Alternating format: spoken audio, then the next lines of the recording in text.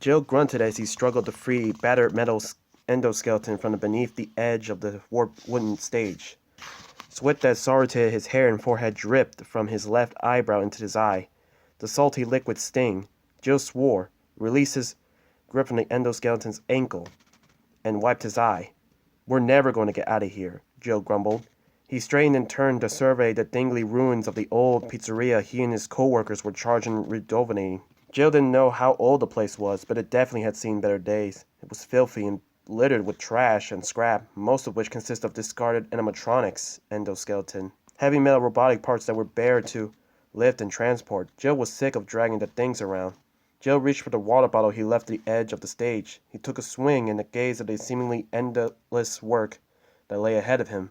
Robotic endoskeletons, the vaguely human-shaped steel frameworks over which all the Fazbear Enterprises animatronics were built, were piled everywhere. The place looked like an aftermath of robotic Armageddon.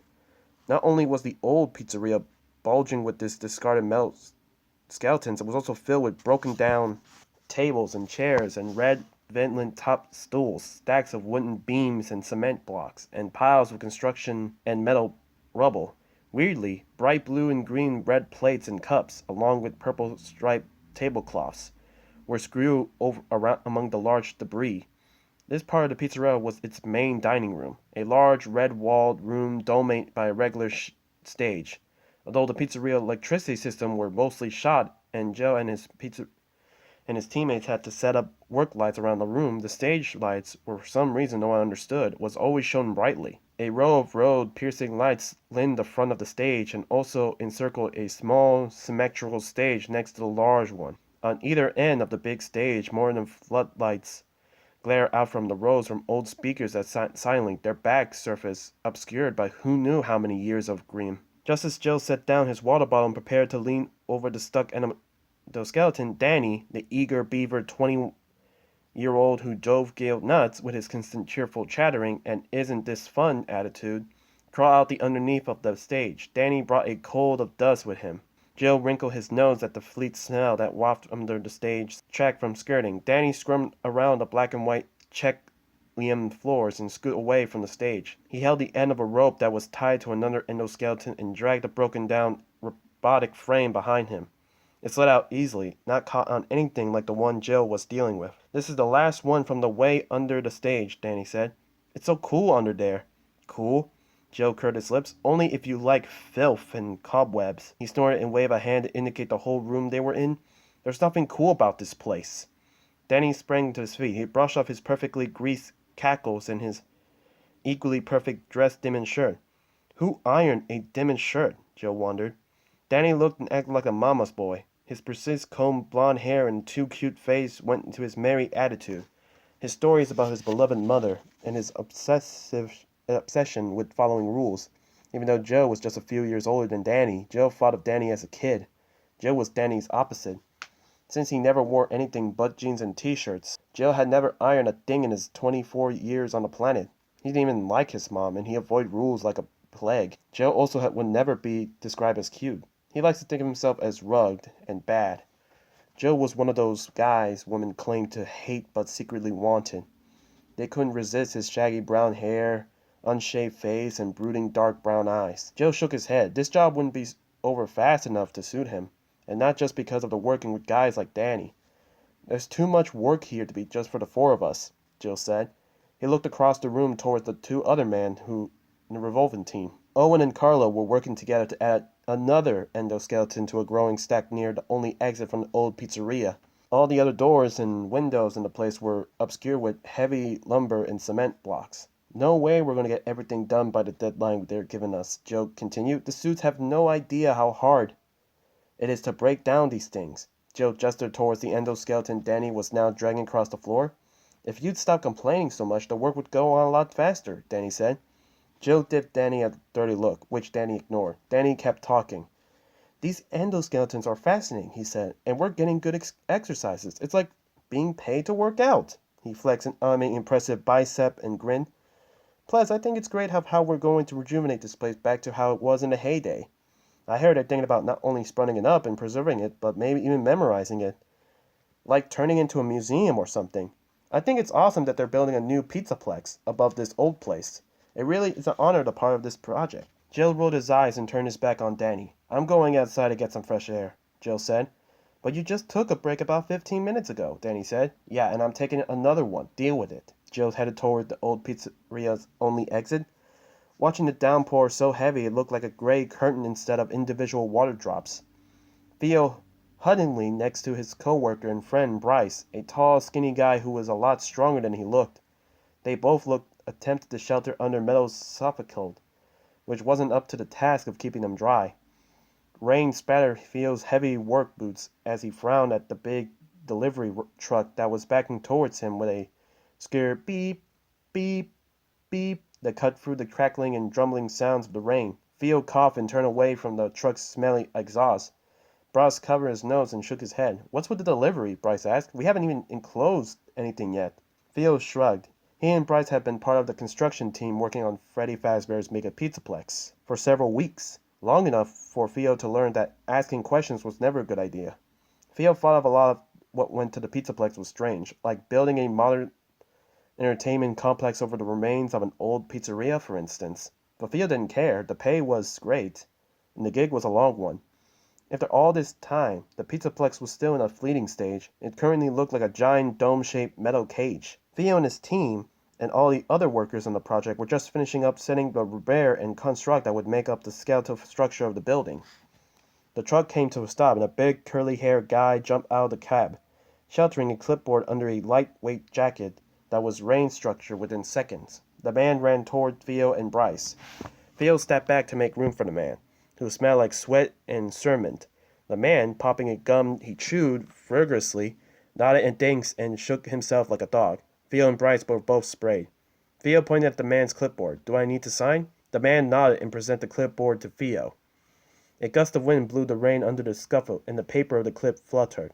Those quickly scanned the wet page. He raised an eyebrow. State-of-the-art animatronics. Bryce was right. It was weird for to receive these now, when the building was little more than an opening framework. But Theo had been told that his team was supposed to receive and unload this shipment, so he signed a delivery order. Thanks, the big man said. He popped his gum, turned and ran back towards the truck cab. He tossed the clipboard inside, then trotted in the back of the truck. The man flipped up a big metal latch that made a metallic cling. Then he threw up the door, which ratcheted open with a series of squeaks and thuds. The man stepped back under the scuffle. Together, he and Theo and Bryce looked into the back of the truck. Bryce gasped. Whoa, the man said. He stopped chewing his gum. Theo frowned. The delivery order said new state-of-the-art animatronics reported. So what happened to that one? The man shook his head. He stole forward and jumped up in the back of the truck. Theo exchanged a look at Bryce. He then followed the man. Bryce stayed where he was. The inside of the truck was dark and smelled like swat and motor oil. Rain pounding at the truck's metal roof was amping the small space. It sounded like several people were banging on the top of the trucks with hammers. Theo and the truck driver studied the collection of friendly-looking animatronics. Theo's gaze shifted from one robot to the next. All of them were gleaming with brand-new perfection. All except one. This animatronic was anything but bright and shiny and friendly-looking. What could have done this? Theo asked. The truck driver shook his head and shuffled his feet nervously. I got no idea.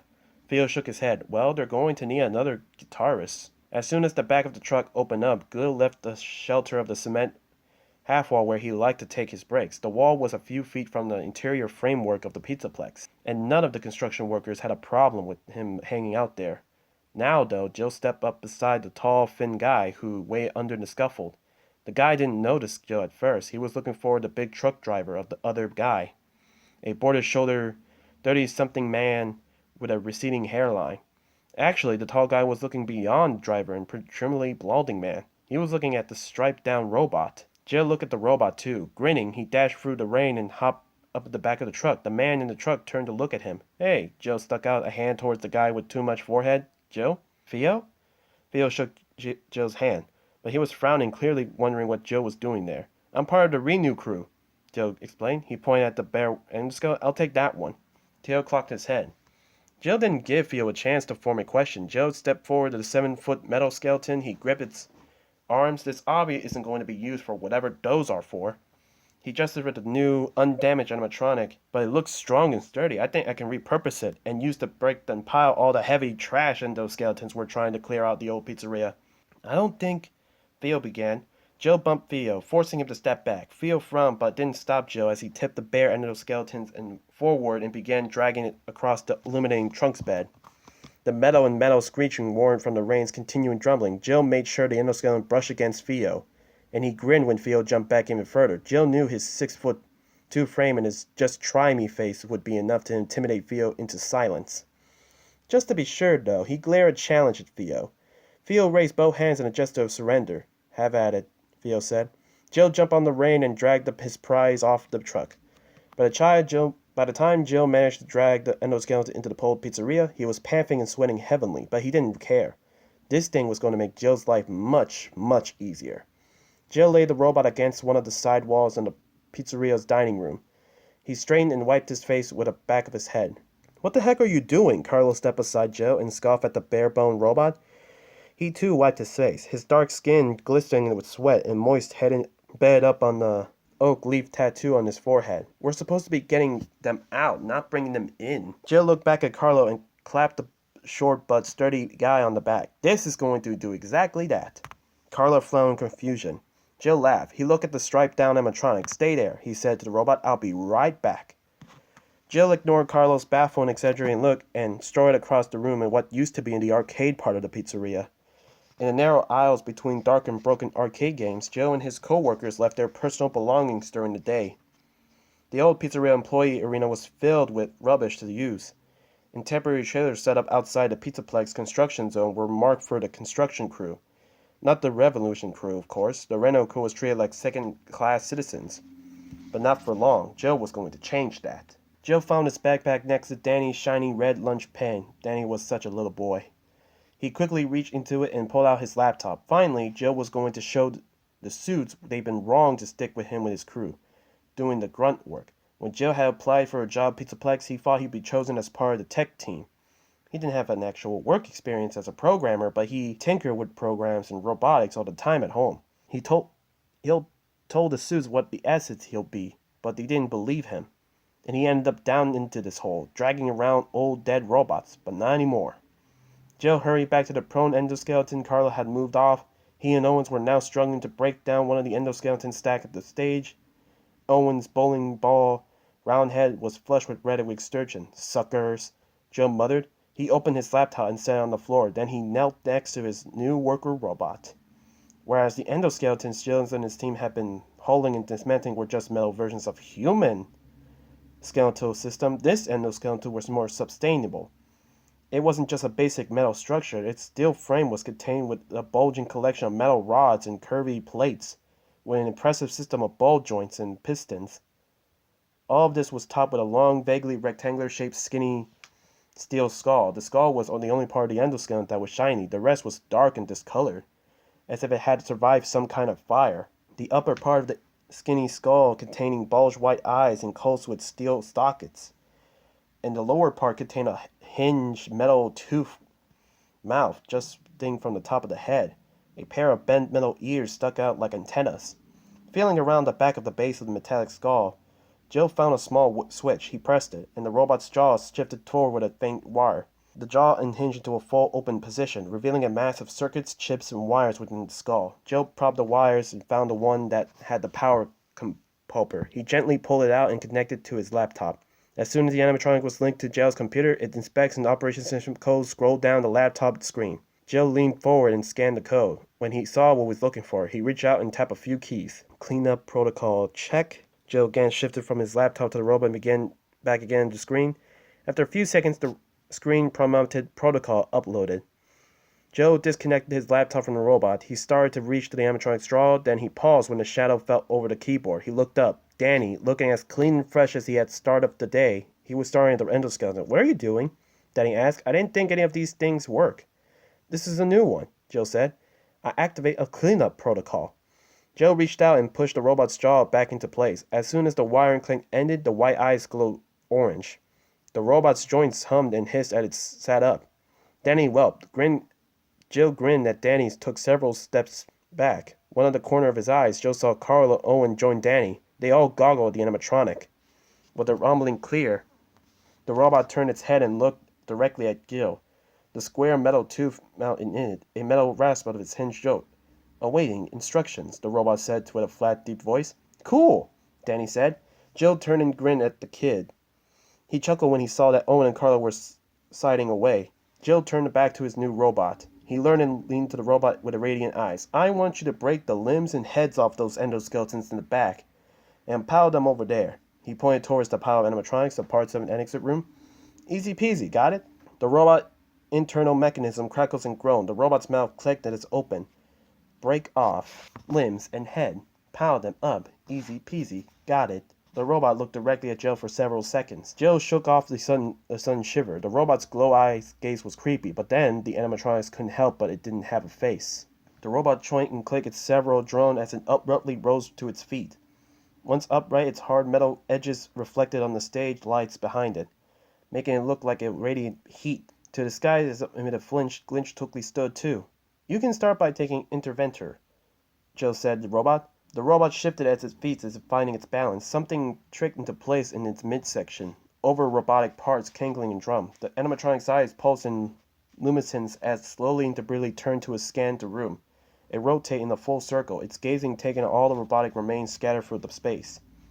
When the robot finished its rotation, its attention zeroed to Jill and the other team members. The robot took a step forward, its heavy steel fork ran across the bare floor. The robotic's eerie eyes looked at Jill, then moved to Danny, and then to Owen, finally to Carlo. Jill's shiver returned. He glanced over to the others. Danny's eager expression collapsed into nervousness. He exchanged a look with Carlo, whose forehead was a bunch of worried frown. Owen wore a pitched expression that could have been annoyance, or fear, or both. Jill had to admit he found the robot's structure a little unsettling. A barely description wheezing sound was coming from the animatronic system. Jill wasn't sure what was the sound meant. Was everything functional properly? With the newly animatronic animated endoskeleton took a step, Jill nearly jumped out of his skin. He pretended he was just tripped over something, and he stepped aside as the robot scrolled past him. Jill was embarrassed by his reaction, but he immediately let himself off the hook. The new endoskeleton, after all, was huge, much bigger than 5 or 6 footers. Jill and his co-workers had been dragging around for too long. It was reasonable for Jill's flight or flight instincts to be triggered in the face of a kind of power, but there was no need for concern. The new robot was under Jill's control. Jill joined his team members as the robot, its systems grinding, walking over the nearest endoskeleton and picked it up as if it was made of flimsy fabric. Effortlessly, the new cleanup robot snapped the endoskeleton's shoulder joints. The endoskeleton's arms came free. The robot tossed the arms aside. They lay on the floor with a skittering clatter. The robot did the same thing with the endoskeleton's legs, crackled the limbs from the hip joints and flinged them towards the arms. The metal arm and legs clanked to the tango as the big robot grabbed the endoskeleton's head and popped it off, grasping the head between its huge metal hands. As the cleanup robot rolled into the skull towards the discarded limbs, as soon as the skull stopped moving, the robot lifted the remaining torso. Stomping heavily across the black and white check locum, the robot carried the torso to the pile of limbs and dropped it. The torso lay on the clunch in the bank as the salvation new robot turned and headed towards another endoskeleton. Over the next couple minutes, the new robot made quick work of 3 more endoskeletons. The robot had no problem desecrating the already partly broken endoskeletons and adding them to a growing pile of the door. Jill turned around from the robot. He beamed at his co-workers. See? I'm a genius. He threw up his arms in triumph. Danny's mom had taught him to accept and respect all people, even the unpleasant ones. Danny didn't much like Jill, but he pretended that he did, and now he had to admit that Jill had done something pretty amazing. Even though Jill was bragging, which was something Danny had been taught not to do, ever, Jill had reason to be pleased with himself. Danny opened his mouth to agree with Jill's self-assessment, but he never got the words out. What happened stole his words, and some of his sanity. Well, it happened so fast that it all melted together into one impossible horror that Danny's mind struggled to put into order. The robot looming, a blur of metallic motion, a squealing pop. Jill's caterwauling scream. Danny's mind computed the events. Jill was screaming because he no longer had arms. The robot had ripped off Jill's arms, and the robot hurled Jim's arms towards the pile of robotic parts of the pizzeria's exit door. The air left Danny's lungs, and his strength fled his legs. Danny struggled backwards, his heart pounding, not believing what he was seeing. He stared at the gushing foundations of red spraying from Jill's shoulder socket. Besides Danny, Carlo cried out. Danny glanced towards the other 2 men. Owen made no sound, but his face was white. His eyes were nearly popping out of his face. Jill continued to scream. No, not scream, shriek, wail, keen. The sound Gil made was unlike anything Danny had ever heard. Those sounds were accompanied by sickening, crackling, and crunching sounds. And even under all the hideous racket, Danny could hear the wet splat of blood hitting the walls and the floor. Another wrenching crunch turned Danny's thought into crazed, fearful babble, especially when the crunch cut off Jill's screaming completely. The crunch, which was like the twisting snap of a screw being forced free of its housing, silenced Grill with a fraction of a second. One instant, the old pizza was echoed with the peals of Jill's pain. The next, a high-pitched howls were gone. Now all Danny could hear was his own and the others' scattered breathing. He also heard the metallic clanks of wiring robots, which was now hitting their way. Danny, Carlo, and Owen turned as one. They started to run towards the pizzeria's only exit. Before they took even a step, though, several construction workers poured down the opening doorway, tearing into the old pizzeria. Danny and his teammates were caught between the advancing robots and the construction workers. "What's going on down there?" one of the men called out. "We heard screams and—" The man, the long-haired, muscle-bound, bald guy Danny had seen around a few times, stopped talking when his gaze landed on the bloody carnage that used to be Jill. His eyes bulged. "Run!" Carlo yelled. Danny was already running, screaming through the confused and shocked men. Danny bounced off metal arms and punchy bellies as if they were pinballs in one of the old arcade games. The room was chaos of sound and motion. Danny's senses couldn't even process it all. He only got discordant impressions as he ran. Danny's ears registered metallic clanks and swishy thuds, more crackles and snaps and pops, wet spludges below and cries and scores. His mind didn't even try to translate what he was hearing into the actual events. He didn't want to think about it. The scream of vicious red spewing across one of the white squares on the floor ahead of Danny. His eyes took a gallop redhead worker, a press of chest and face blenched on white, and a ripped-off arm. The dark skin and small oak tree tattoo told him the arm had belonged to Carlo. When a round head tumbled across the floor in front of Danny and a gasping metal hand swiping his face, Danny darted to his left and dove between the legs of one of the panicked construction workers. More body parts flew past, more bloody sprayed. Danny ran through the collapsed hysteria, and everything Danny had ever learned about being polite and following the rules and respect others were deconstructed along with the men around him. He cared about nothing but getting out of the pizzeria turned laboratory. Danny dodged and dove and scrambled and flailed, and he finally reached the door. As he galloped through, as he looked back, the butchery continued. The torture cries currencing, though. Danny blanched, and he slammed the door.